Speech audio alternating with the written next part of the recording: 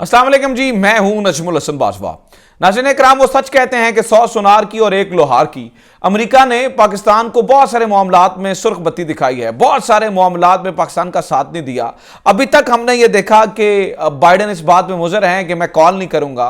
इमरान खान को जानबूझकर इंसल्ट करने की कोशिश की गई, जानबूझकर जितनी पाकिस्तान की इस पूरे मामले में काविशें हैं उसको भुलाने की कोशिश की गई और अंडरमाइन करने की कोशिश की गई। अभी तक बहुत कुछ हुआ है, बहुत सारे ऐसे मामलात हैं जिसमें पाकिस्तान को बहुत सारे तहफ़्फ़ुज़ात हैं अमेरिका को लेकर। ठीक है, अमेरिका ने बहुत सारी जगहों के ऊपर पाकिस्तान को नीचा दिखाने की कोशिश की है, लेकिन मेरा ज़ाती ख्याल यह है कि अब बहुत सारी चीज़ों का शायद बदला लिया गया है, या शायद इस बात पे एक जेस्चर दिया गया है कि अगर आप हमारे साथ इस तरह से बिहेव करेंगे तो हमारे पास ये ऑप्शन मौजूद है कि हम आपको इस तरह से जवाब दे सकते हैं। नंबर 1, नाज़रीन इकराम, हुआ यह है कि डेमोक्रेसी के लिए एक समिट हो रहा है। उस समिट के अंदर 100 से ज्यादा मुल्कों को बुलाया जा रहा है और उन्हीं के अंदर एक पाकिस्तान को भी बुलाया गया था। अच्छा, पहला जो मैंने तमहीद बांधी वीडियो की, उस बात को सोच के ये ना समझिएगा कि ये समिट बहुत इंपॉर्टेंट था, यहां पे जाना बहुत इंपॉर्टेंट था, लेकिन पाकिस्तान ने अपनी सिर्फ अना में आके ये कहा है कि भाई हम नहीं जाएंगे। नहीं, ऐसा नहीं है।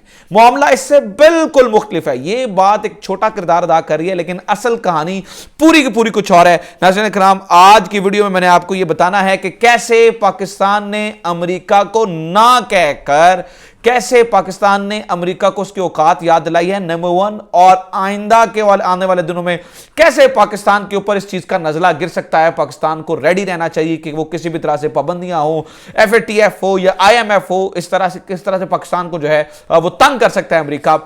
आज मैं आपको इस वीडियो में बताने वाला हूं पाकिस्तान ने क्या किया है और अमेरिका क्या करने वाला है। सबसे पहले नाज़रीन इकराम, इस बात को समझिएगा, ये एक फॉरेन पॉलिसी जरीदा है, उसकी एक खबर मेरे सामने पड़ी है और उस खबर में वो कहता है कि what is South Asia's role at Biden's democracy summit.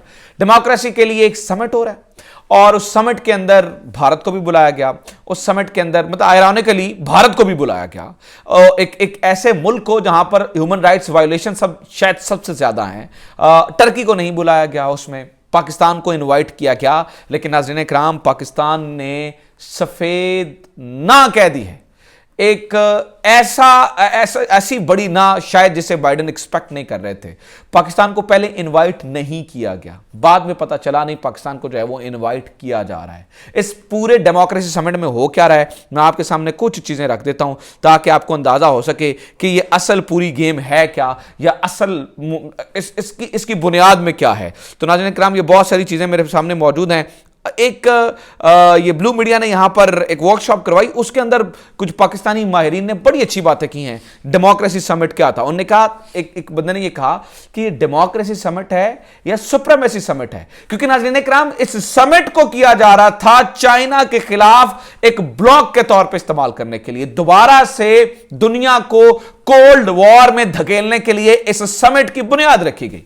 इस समिट को नाज़रीन इकराम इसलिए रखा गया ताकि उन मुल्कों को इकट्ठा बुलाया जा सके। अच्छा, अगर तो सिर्फ और सिर्फ डेमोक्रेसी के लिए बुलाना था तो क्या भूटान को नहीं बुलाया जाना चाहिए था? क्या श्रीलंका को नहीं बुलाया जाना चाहिए था? मतलब मैं उनका केस यहां पर रिप्रेजेंट नहीं कर रहा हूं ना, मैं ये कह रहा हूं कि उनको जरूर बुलाएं और उनकी इंपॉर्टेंस इस कदर ज्यादा है। मैं नाज़रीन इकराम आपको यहां पर यह बताने की कोशिश कर रहा हूं कि एक बहुत बड़ी गेम तैयार की गई थी उन तमाम मुल्कों को अपनी साइड पे करने के लिए जिनसे इनके ख्यालात मिलते हैं।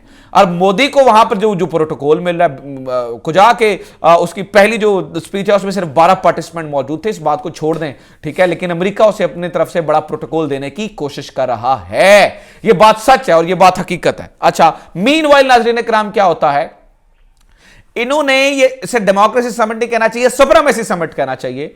इस सुप्रीमेसी समिट में जब पाकिस्तान को बुलाया तो पाकिस्तान के लिए एक फैसला कुन मरहला था कि क्या चाइना को छोड़कर जो समिट चाइना के खिलाफ हो रहा है, मतलब आप कैसे रशिया और जो चाइना को जो है वो उसमें से निकाल सकते हैं, क्या पाकिस्तान अपने आयरन ब्रदर चाइना को छोड़कर इसमें चला जाए और उनके समिट को अटेंड करे? इसका मतलब यह हो जाएगा कि जो कोल्ड वॉर के लिए, और इसमें फॉरेन पॉलिसी जरीदे ने लिखा है कि यह सही वक्त नहीं है इस समिट को लेकर बुलाने के लिए, और बाइडेन इंतजामिया सही इंतजामिया बजाते खुद इतनी कंट्रोवर्सीज का शिकार है, इतने मसले मसाइल हैं, अमेरिका की बजाते खुद हालत वहां पे क्या हुई पड़ी है, ये किसी से ढके छुपी बात नहीं है। उसके पास क्या एक मॉरल ग्राउंड है इस समिट को बुलाने के लिए?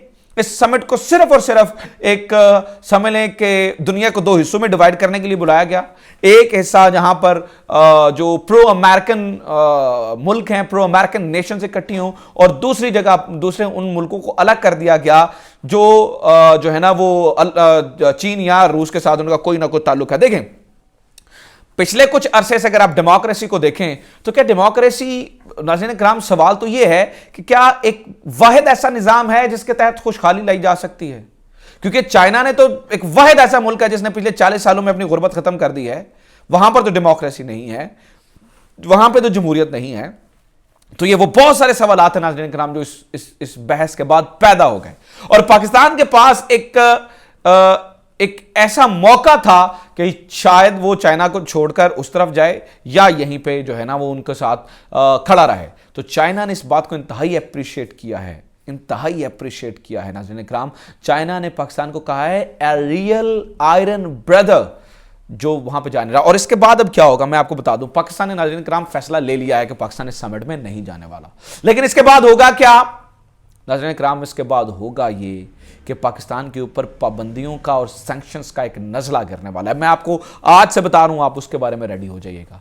FATF में पाकिस्तान जो दिल करता रहे, पाकिस्तान जो दिल तौजीहात देता रहे, पाकिस्तान को उसमें से जो है ना वो ग्रे लिस्ट से नहीं निकाला जाएगा, नंबर 1।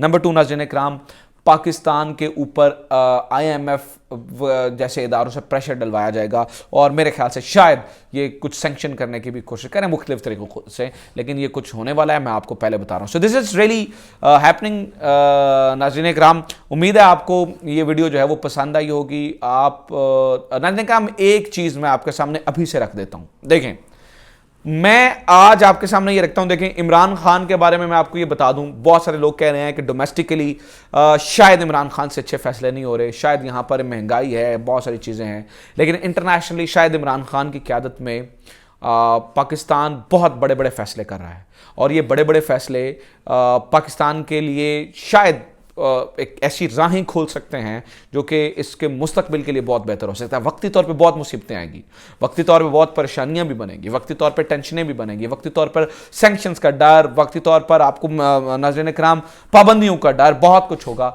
लेकिन जो पाकिस्तानी कौम को मैं ये बताना चाहता हूँ, जो पाकिस्तान की डायरेक्शन है नाज़रीन इकराम, वो बड़ी ज़बरदस्त है, और ये डेमोक्रेसी समिट में ना जाने का फैसला यकीनी तौर पर एक बड़ा फैसला है, जिसके ऊपर वक्ती तौर पर हमें मुश्किलात का भी सामना करना पड़ सकता है, क्योंकि ऑलरेडी जो पाकिस्तानी नेशन है वो बहुत ज़्यादा सफ़र कर रही है। लेकिन आइंदा आने वाले दिनों में चीज़ें पाकिस्तान के लिए उम्मीद है बेहतर हो जाएंगी।